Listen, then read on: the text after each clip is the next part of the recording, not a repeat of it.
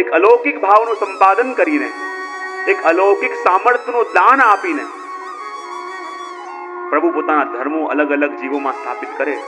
અને ષડધર્મ જે પ્રભુની અંદર છે ને, ભગવાનની અંદર ઐશ્વર્ય, વીર, યશસ્વી, જ્ઞાન, વૈરાગ્ય, એ ભાવોનું દાન નિજનોમાં કરીએ. અને વૈષ્ણવમાં ભાવોનું દાન કેવી રીતે થાય? પ્રભુમાં 6 ધર્મો કયા કયા? ઐશ્વર્ય, વીર, યશસ્વી, જ્ઞાન અને વૈરાગ્ય. તો આની અંદર જ્યારે વૈષ્ણવ સર્વ સમર્પણ કરીને, સર્વ સમર્પિત કરીને અને પ્રભુને ભોગ સર્વસ્વ ધરીને ખૂબ ભાવપૂર્વક, ખૂબ ઐશ્વર્યપૂર્વક પ્રભુની સેવા કરે, ખૂબ રાસલીલા સાથે, ખૂબ સાધન સામગ્રી સાથે પ્રભુની સેવા કરે, એ વૈષ્ણવનું ઐશ્વર્ય ધર્મ. વીર ધર્મ શું?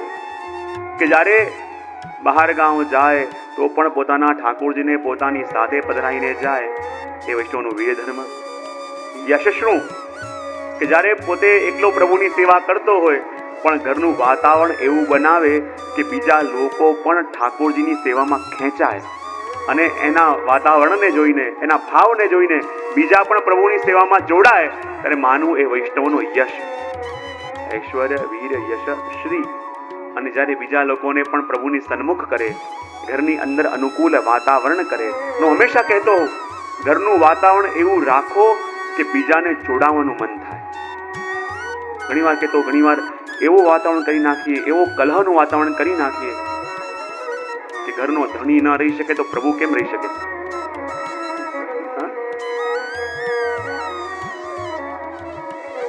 અને પાછા કહીએ હું સેવા કરું છું, હું સેવા કરું છું, તમે કામ કરો છો, હું સેવા કરું છું ને. ઘણી વાર કહેતો કે આજે લોકો સેવા એવી રીતે કરતા હો કે જાણે 7 પેઢીને તારવાની જવાબદારી લઈને બેઠા હોય. આપણે ભગવત સેવા કરીને કોઈની ઉપર ઉપકાર નથી કરતા, આપણે પોતાનો સ્વધર્મ નિભાવી રહ્યા છીએ. માટે સૌથી પહેલા ઘરનું વાતાવરણ એવું કરવું કે ઘરના લોકોને અભાવ ન આવે, ભગવત સેવામાં જોડાય. લોકો કે શું કરીએ પણ ઘરના સાથ નથી આપતા, એમને કે કહો. મેં કીધું કે આ કલિકાલની અંદર ને આ વાતાવરણમાં અધિક સાથની આશા નહીં રાખવી. તમે કરો છો એ કોઈ અટકાવતું ન હોય તો એને સૌથી મોટો સહયોગ માનવો.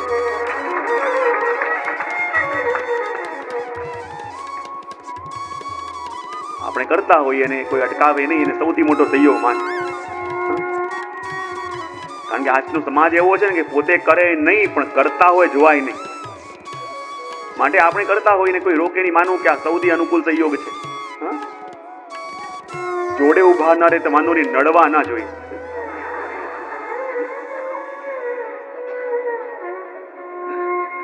અને નડતા ન હોય તો જોડે જ માનવા. માટે આપણા ઘરનું વાતાવરણ એવું આપણે કરીએ કે જેને કારણે ઘરના બીજા પણ બધા પ્રભુની સેવામાં જોડાય, એ આપણો યશ. અને બધા પ્રભુની સેવામાં જોડાય તો પ્રભુને જે પ્રસન્નતા થાય, એ પ્રભુની પ્રસન્નતા જ વૈષ્ણવનું શ્રી, એટલે કે એનું પૂંજી. ઐશ્વર્ય, વીર્ય, યશ, શ્રી. અને જ્યારે ભગવત સેવા કરીએ અને એટલું જ્ઞાન આપણી અંદર હોય, દુર્ઘર શું કહેવાય, અનસકડી શું છે, સકડી શું છે, પ્રસાદી અનપ્રસાદી શું છે, આચાર વિચાર શું છે, એટલું જ્ઞાન આપણી અંદર હોય, એ વૈષ્ણવનું જ્ઞાન. ઐશ્વર્ય, વીર, યશ, શ્રી, જ્ઞાન અને વૈરાગ્ય.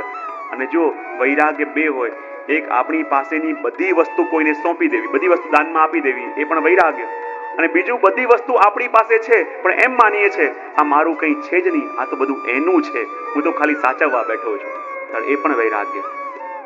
તો સર્વ વસ્તુ પ્રભુને સમર્પણ કરી દીધી, સર્વ વસ્તુ પ્રભુને સોંપી દીધી અને ખાલી માલિક મટીને માત્ર ટ્રસ્ટી બનીને બેઠા કે આ વસ્તુ તો એની છે, એને આપવાની છે, ખાલી સંભાળવા માટે હું બેઠો છું, તો એ પણ વૈષ્ણવનું વૈરાગ્ય. એમ ઐશ્વર્ય, વીર, શ્રી, જ્ઞાન અને વૈરાગ્ય એ 6 ધર્મો વૈષ્ણવના છે. અને એટલા માટે કહ્યું સૌથી પહેલા રક્ષા, બીજી કૃપા અને ત્રીજી વસ્તુ કહી પ્રવેશ. કૃપાનું એક લક્ષણ બતાવ્યું પ્રવેશ. અને પ્રવેશ એટલે શું? ઘણી વાર આપણું કાર્ય કરવા માટે પ્રભુ કેટલીક વસ્તુઓની અંદર પણ પ્રવેશ કરે, અને જે વસ્તુ બીજા માટે દુર્ગમ હોય આપણને અનાયાસ ક્યાંકથી આવીને મળી જાય. જે માણસ જલ્દી કોઈને મળતો ન હોય પણ તમને ગોતતો આવે, ત્યારે માનવું કે આપણા કાર્ય સાધવા માટે, આપણા કાર્ય કરવા માટે, આપણા મનોરથ પૂરા કરવા માટે ઠાકોરજીએ કેટલાક સમય માટે એની અંદર પ્રવેશ કર્યો અને પ્રવેશ કરીને આપણું કાર્ય સાધ્યું. છે પ્રવેશ, બીજું છે અભિવૃદ્ધિ. અને અભિવૃદ્ધિ એટલે શું? ઠાકોરજી જ્યારે કોઈ જીવની ઉપર દૃષ્ટિ કરે અને ઠાકોરજી જ્યારે કોઈ જીવનું વર્ણન કરવાના હોય તો એના ભાવમાં સાધક જે તત્વો છે એની વૃદ્ધિ કરે, એના ભાવમાં બાધક તત્વો જે છે એને એનાથી દૂર કરે. એના ભાવને સાધવા વાળા જે તત્વો છે, જે લોકો છે એ એની સાથે જોડતા જાય અને એના ભાવને તોડવા વાળા, એના ભાવને પ્રભુથી વિમુખ કરવા વાળા જે તત્વો છે એને પ્રભુ એનાથી દૂર કરતા જાય. એ પણ પ્રભુની કૃપા છે, એ પણ પ્રભુની કૃપાનું લક્ષણ છે. પાંચમી વસ્તુ કઈ? સ્થિતિ. સ્થિતિ એટલે કે પ્રભુ જ ભક્તનું પાલન પણ કરે, પ્રભુ જ ભક્તનું રક્ષણ પણ કરે, પ્રભુ જ ભક્તની રક્ષા અને એના મનના મનોરથ પૂરા પણ કરે. અને જો ઘણા કે અમને બહુ કષ્ટ પડે, પણ હંમેશા કહેતો કે આપણી કેપેસિટી કેટલી છે આપણને ખબર ન હોય, પણ પ્રભુને ખબર હોય. જ્યારે કસોટી થાય ને તો આપણને ખબર પડે કે આપણી ક્ષમતા કેટલી છે. આપણને લાગતું આપણે બહુ ઢીલા છીએ, બહુ આમ ઇમોશનલ છીએ, પણ જ્યારે કસોટી આવે ત્યારે ખબર પડે કે આપણી કેપેસિટી કેટલી છે. અને ઠાકોરજી ક્યારે પણ કોઈની કેપેસિટીથી વધારે દુઃખ આપતા નથી, તકલીફ આપતા નથી. પણ જ્યારે કસોટી થાય ત્યારે આપણને ખબર પડે કે આપણી કેપેસિટી કેટલી છે, આપણું ધૈર્ય કેટલું છે, આપણું સામર્થ્ય કેટલું છે, એનો અનુભવ આપણને થાય, એનો પરિચય આપણને મળે. અને એટલા માટે તો ઠાકોરજી કયું? સ્થિતિ. સ્થિતિ એટલે કે પાલન, અને દ્રષ્ટિ દ્વારા પ્રભુ જીવનું પાલન પણ કરે. અને છઠ્ઠી વસ્તુ કહી આશ્રય, અને આશ્રય દ્વારા પણ કૃપા. જ્યારે જીવની અંદર પ્રભુને મળવાનો ભાવ જાગે, પ્રભુને ચરણોમાં જાય, પ્રભુને શરણમાં જાય, ત્યારે એ પણ કૃપાનું એક લક્ષણ છે. પણ આપણે શું કહેતા હોઈએ કે જ્યારે કસોટી આવે, ઘણી વાર કહેતો ચાલતો ચાલતો માણસ ખાડામાં પડ્યો, પગમાં વાગ્યું અને પગ બહુ દુખવા લાગ્યો અને પ્રભુને કહે, જો પ્રભુ હું હંમેશા કામ કરતો, 30 વર્ષથી આ જ રસ્તે જતો અને ક્યારે મને તકલીફ નથી પડી, અને આજે મને આટલી પીડા થઈ રહી છે, આજે આટલું કષ્ટ મને આપે કેમ આપ્યું? ત્યારે કોઈ સામે ભક્ત આવ્યો અને કહે, 30 વર્ષ સુધી કોઈ તકલીફ ન પડી એનો ધન્યવાદ નથી માનતા, પણ આજે એકવાર કષ્ટ પડ્યું એની ફરિયાદ કરો છો. જ્યારે એ ભાવ હૃદયની અંદર આવશે ત્યારે દ્રઢતા જાગશે. દરેક જીવનના લક્ષણની અંદર પ્રભુની કૃપાનો અનુભવ થશે તો એ વસ્તુ હૃદયની અંદર જાગૃત થશે. અને આટલી વસ્તુ દ્વારા જીવની ઉપર પ્રભુ કૃપા કરે. અને એ જ વસ્તુ પ્રગટ કરવા માટે સ્વયં દાઉજી જે ક્રિયાશક્તિ છે, દાઉજી સ્વયં ક્રિયાશક્તિ છે, અને પ્રભુ સ્વયં રસરૂપ, અને રસ અને ક્રિયા બંને જ્યારે એક સાથે પ્રગટવાના હોય, અને એ જ વાત અહીંયા કહી રહ્યા છે. અને આગળ પુનઃ જ્યાં જ્યાં પણ ગોસાઈજીનું ચિંતન થઈ આવે અને ગોપાલદાસજીની દશા વ્યસન દશા થઈ જાય, પુનઃ થોડું ભાન આવે અને પાછું ત્યાંથી કેશી ઘાટ પાઉં ધાર્યા. હવે ત્યાંથી એટલે ક્યાંથી? વૃંદાવનથી. ત્યાંથી કેશી ઘાટ પાઉં ધાર્યા, કહી કથા તત્વ સમાધિ, રસપુંજ પુરુષોત્તમ પ્રમાણ્યા, સરસ્વતી તજી આદિ. વૃંદાવનથી શ્રી મહાપ્રભુજી કેશી ઘાટ પધાર્યા કે જ્યાં પ્રભુએ કેશી નામના દૈત્યનો વધ કર્યો હતો, એનો ઉદ્ધાર કર્યો હતો. અને ત્યાં શ્રી મહાપ્રભુજી બિરાજ્યા અને આપને સ્વપ્નમાં પુનઃ એકવાર દાઉજી અને પ્રભુ એમને ત્યાં પુત્ર સ્વરૂપે પ્રગટવાના છે એ અનુભવ પણ આપને થયો. અને ત્યાં આપે શ્રીમદ ભાગવતજીનું પારાયણ કર્યું. અને જ્યાં ભાગવતજીનું પારાયણ કર્યું અને સરસ્વતીજીની ચિંતા આપે દૂર કરી. સરસ્વતીજી કોણ છે? પ્રભુના અધીન, પ્રભુના સ્વામી, પ્રભુને એમના નાથ માને છે. અને સરસ્વતીજીની ચિંતા ક્યારે થાય? કે જ્યારે વાણી દ્વારા જ પ્રભુનું વિકૃત ચિંતન કરવામાં આવે, પ્રભુની લીલાનું જ્યારે વિકૃત રીતે વર્ણન કરવામાં આવે ત્યારે સરસ્વતીજીને ચિંતા થવા લાગે. અને જ્યાં રસપુંજ સ્વરૂપે પૂર્ણ પુરુષોત્તમ પધારીને લીલા કરી હતી, જ્યારે જગતની અંદર એના ખોટી રીતે અર્થઘટન થવા લાગ્યા, જગતમાં જ્યાં વિકૃત રીતે અર્થઘટન થવા લાગ્યા, ત્યારે સરસ્વતીજીને ચિંતા થઈ હતી. સરસ્વતીજી ઘણા દુઃખી હતા કે મારા પ્રભુનું વર્ણન યથાર્થ રીતે વાણી દ્વારા કોણ કરશે? અને કહેવાય કે ત્યાં શ્રી મહાપ્રભુજી પધાર્યા અને મહાપ્રભુજીએ કથા તત્વ સમાધિ અને એક એક ભાગવતના લક્ષણો દ્વારા, સાદે પ્રકાર દ્વારા, શાસ્ત્રે, સંધે, પ્રકરણે, અધ્યાય, વાક્ય, પદે, અક્ષરે એવા તે પ્રકારે જ્યારે શ્રીમદ ભાગવતજીના અર્થ કર્યા અને ત્યારે પૂર્ણ પુરુષોત્તમ સ્વરૂપનું પ્રતિપાદન કર્યું અને ત્યારે સરસ્વતીજીની ચિંતા દૂર થઈ કે ના, હવે કોઈક એવું પધાર્યું છે કે જે મારા પ્રભુનું વર્ણન કરી શકે. અને એટલા માટે શ્રી મહાપ્રભુજીને વાકપતિ કહેવાયા. બોલે કેમ? જ્યારે થાનેશ્વર પણ આ પધાર્યા, થાનેશ્વરમાં જ્યારે રામાનંદ પંડિત ખૂબ મોટા વિદ્વાન, મોટા મોટા જ્ઞાનીઓ એમની આવીને પરાસ્ત થાય, જ્યારે શ્રી મહાપ્રભુજી સાથે ચર્ચા કરવા માટે આવ્યા અને સામે આવીને બેઠા કે મારે આપણી સાથે સાક્ષાત કરવો છે. શ્રી વલ્લભ કે હા કહો કરો. અને જ્યાં સામે આવીને બેઠા શ્રી મહાપ્રભુજીની સામે, અને એમની વાણી બંધ થઈ ગઈ. બોલવાનો પ્રયત્ન કરે પણ કંઈ સૂઝે જ નહીં.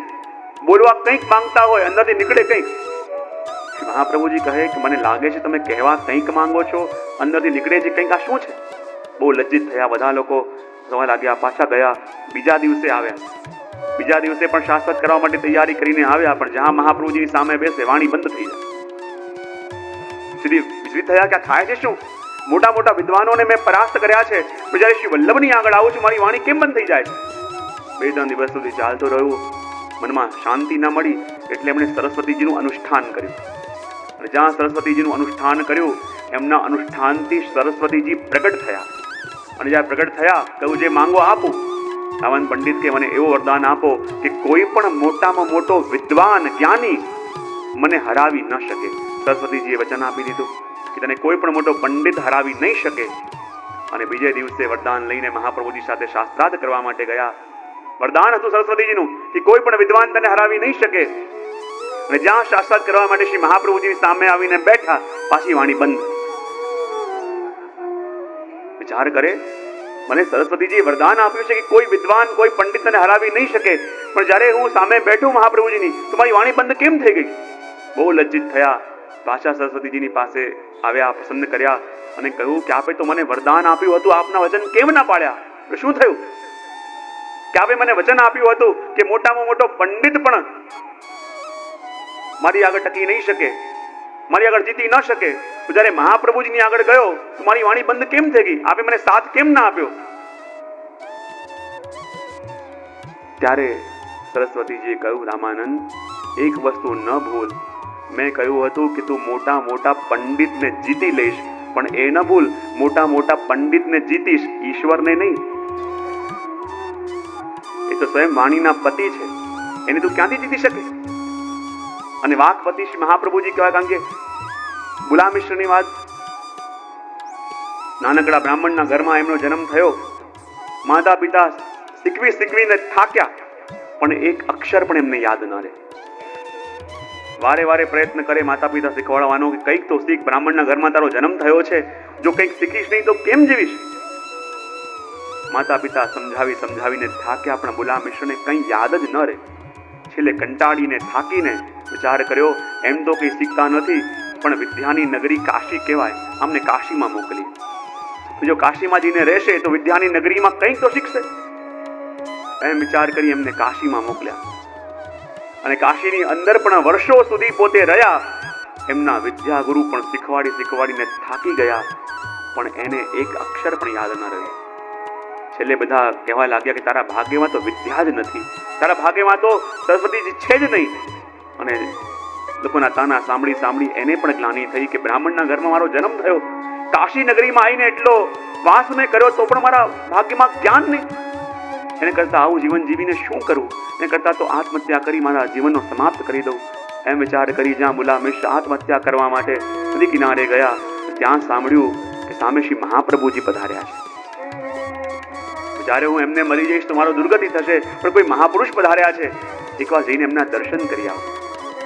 એનાથી પહેલા એમ કહેવાય છે કે એમણે સરસ્વતીજીની પણ એમને ઉપાસના કરી હતી. અને સરસ્વતી જ્યારે પ્રગટ્યા અને એમણે કહ્યું હતું કે મને કૃપા કરીને જ્ઞાન આપો, ત્યારે સરસ્વતીજી કહ્યું હતું કે આ જન્મમાં તો શું, આવનારા 7 જન્મ સુધી તારે કોઈ જ્ઞાનનો યોગ જ નથી. તારા ભાગ્યમાં આ જન્મમાં નહીં, આવતા 7 જન્મ સુધી જ્ઞાનનો યોગ જ નથી.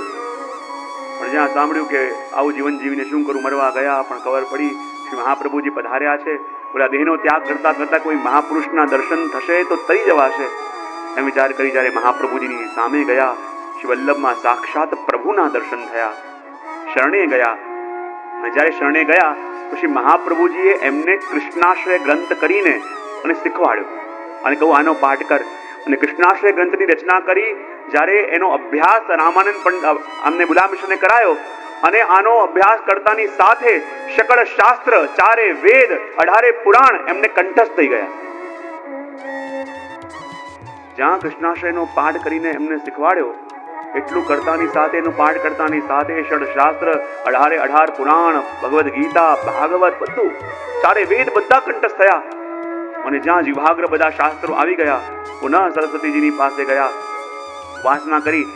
સરસ્વતીજી પ્રગટ થયા, કહેવા લાગ્યા આપે તો કહ્યું હતું કે 7 જન્મ સુધી મારા ભાગ્યમાં સરસ્વતી નથી, તો પછી અચાનક મને આ બધું સ્ફુરિત કેમ થયું?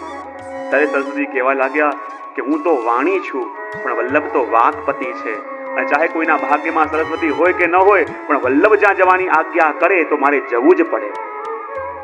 અને એટલા માટે તેની પાસે કોઈ જ્ઞાન નહોતું અને શ્રી વલ્લભની કૃપાથી માત્ર કૃષ્ણાશ્રયના પાઠ કરીને અને ષડશાસ્ત્ર, 18 પુરાણ, 4 વેદનું જ્ઞાન એમને થયું. અને એટલા માટે તો કહ્યું કે ઠાકોરજીના મૂળ સ્વરૂપનું વર્ણન આપે કરી, ઠાકોરજીના મૂળ ચરિત્રને પ્રગટ કરી અને આપે ઠાકોરજીના સ્વરૂપનું વર્ણન કર્યું. અને માટે સરસ્વતીજીની ચિંતા આપે દૂર કરી. એ 24મી પંક્તિની અંદર છે. હવે 10 મિનિટ માટે અહીંયા થોડો ક્રમ છે, કારણ કે જે અસાનીજી ચરિત્ર ટ્રસ્ટ દ્વારા આયોજન થયું છે, તો આની અંદર જેને પણ પ્રત્યક્ષ પરોક્ષ રીતે સહયોગ થયો કે જેને કારણે આપણે આ લાભ લઈ શક્યા, તો માત્ર 10 જ મિનિટની અવધિ, 10 જ મિનિટની અંદર આપણે આ ક્રમ કરી લઈશું અને પછી આપણા ક્રમને આગળ વધારીએ છીએ.